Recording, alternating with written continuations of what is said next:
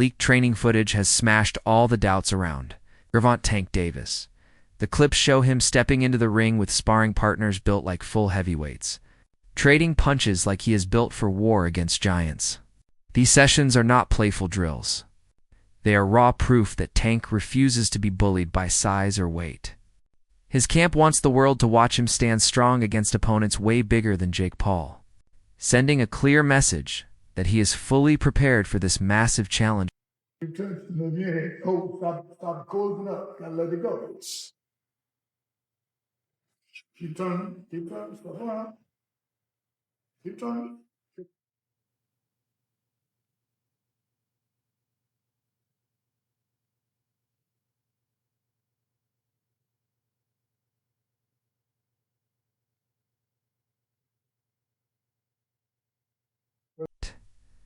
Every clip reveals the same story. Tank loading up power shots on towering fighters who look like they belong in another division. He is testing himself against men with reach, muscle, and weight advantages to shut down all the noise saying he is too small. His team designed this grind so that when people try to question his physical strength, Tank can show them receipts. He is walking into this fight to erase doubts and show that a true fighter never fears a larger man. Wake up. Do it to him. Put it on his ass. Oh!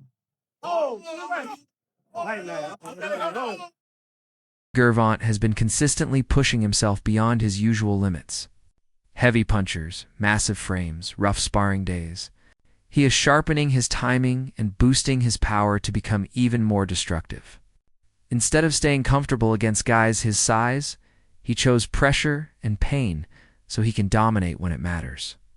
Tank has so much confidence that he is stepping into training battles against fighters who outweigh him by miles, proving that skill, combined with courage, can break every barrier.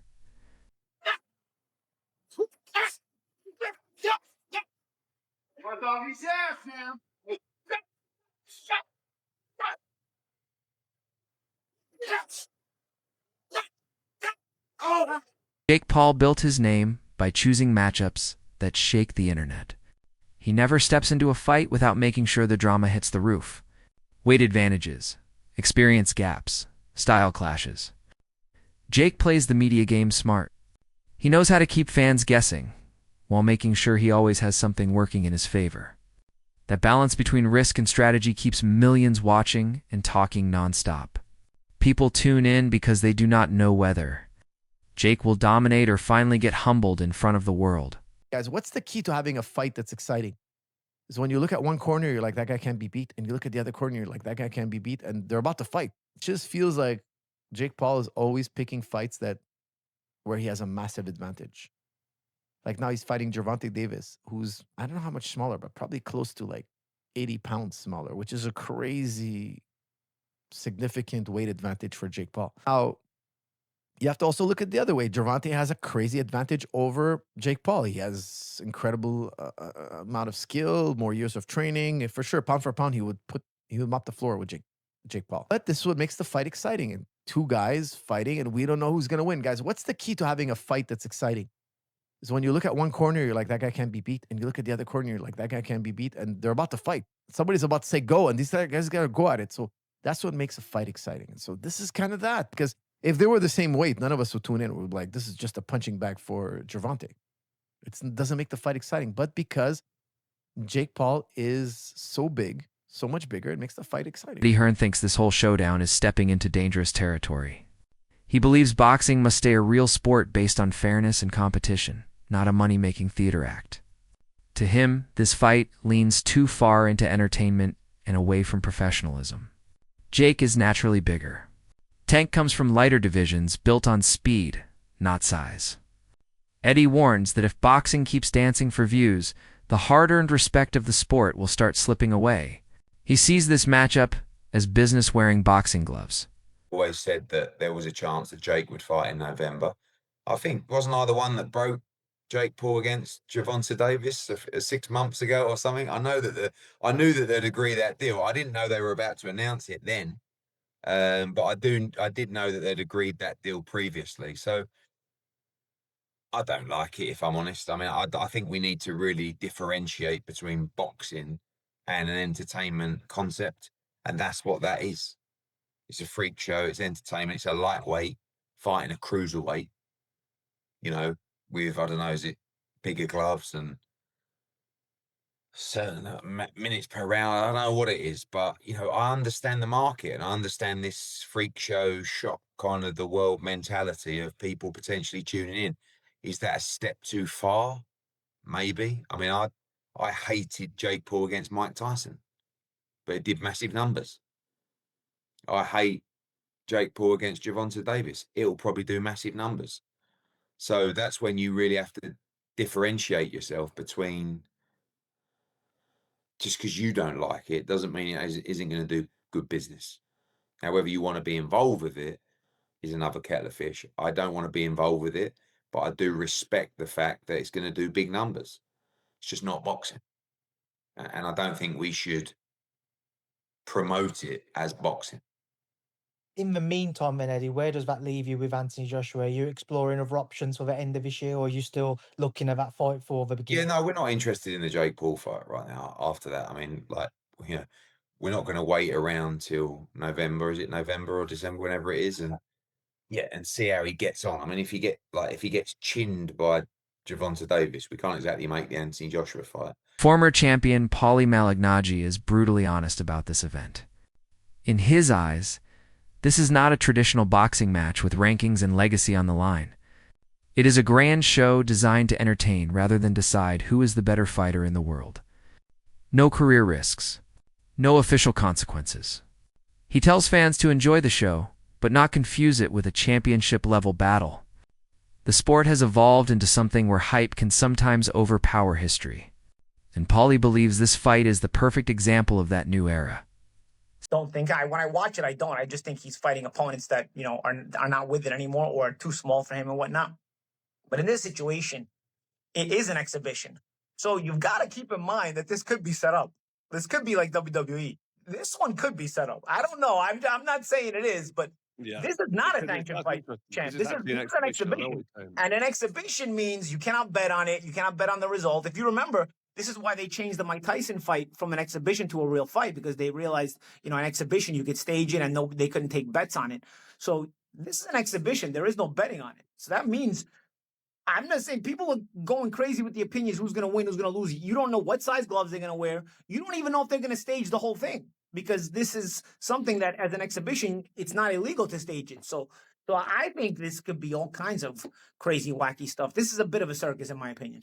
Who would you think should win that fight? Would you think that Davis should be able to get in there, even though the size did 100 pounds? Do you think he should be able to do it?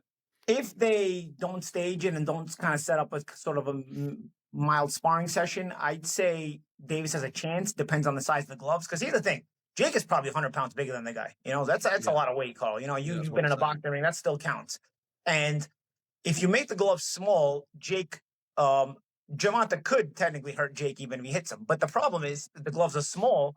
Jake could also hurt Gervonta because Gervonta's so small. Gervonta's so much smaller than him. So do you make the gloves big, and then really who's got an advantage? I don't know. Technically Gervonta's a lot better boxer, but he's so much smaller. I've stood next to Jake. Jake's a big guy. It's like I said, it's a bit of a circus freak show. And that's why I don't put it out of the question that this exhibition could be a bit staged in the ring. And the audience. Jake uses attention like a weapon. He knows how to poke, brag, and create pressure until the opponent has no choice but to step forward. Money, fame, headlines. Jake turned Tank's name into a worldwide conversation and made the offer impossible to walk away from. For Jake, victory is also about taking over the storyline, grabbing every eyeball, controlling the energy before the first punch lands. Have been far more experienced than him, but this one's a little too much, right? This one is crazy because of the massive weight difference. It doesn't make a ton of sense. But again, as far as a sport fight is concerned, I want to make sure I make that clear. Again, this is not me hating on it, because I do think that both guys have been very upfront with what they're doing in this fight and what their goals are with these kind of events. But the narrative Jake's trying to create as if this is like proving anything for him fighting a real fighter when Gervonta is so much smaller than he is. It'll prove something in the fact that Jake is willing to put on great events, but he won't prove anything to the people that are asking him to fight a real fighter. I will say, though, if Jake goes out and flatlines Gervonta, the casual audience that will say Gervonta smokes Jake completely and utterly, like it wouldn't even be close, that will change their minds a little bit. Not the people that know boxing, but the people that are going to watch this, the casual viewer that know the name Gervonta Davis and know the name Jake Paul. If he is to compete with Gervonta at all or look good in that fight, people will in some way accept that. Or they'll do the other thing where they just say the fight's rigged, which has never been the case, but you get what I'm saying. What Jake is doing is trying to convince a casual audience that he belongs in the ring with bigger names. If he's able to hurt Gervonta at all, that might actually do it. Tank Davis is handling everything differently. No distractions. No goofy behavior. No chaos. He is training like this moment defines his legacy. Larger sparring partners keep swinging, the media keeps buzzing, but Tank stays cold and focused. This isn't about fame for him. This is about proving that pure boxing talent, technical skill, and fighter's heart can crush the advantages of size and marketing. For Tank, this fight is personal. It is his mission to protect the art of boxing and show that real warriors don't fear giants, they conquer them. In the press conference, and you can tell, you can just look at him and tell, like, no, this dude he's going to get this money for sure because there's so much money out there to be had. But Jake Paul better be not playing around, man. Not get cute, not play any games. Don't hit him in the back of the head. Don't rabbit punch him. Don't do any of that stuff, man, because Mike Tyson. First of all, Mike Tyson, a lot of people think Mike Tyson was pulling punches on Jake Paul, and a lot of people think that Anderson Silva was pulling punches on him too. You're not going to have a little Gervonta out there pulling punches on you, man, if you're out there playing games. So, I don't like the fight at all.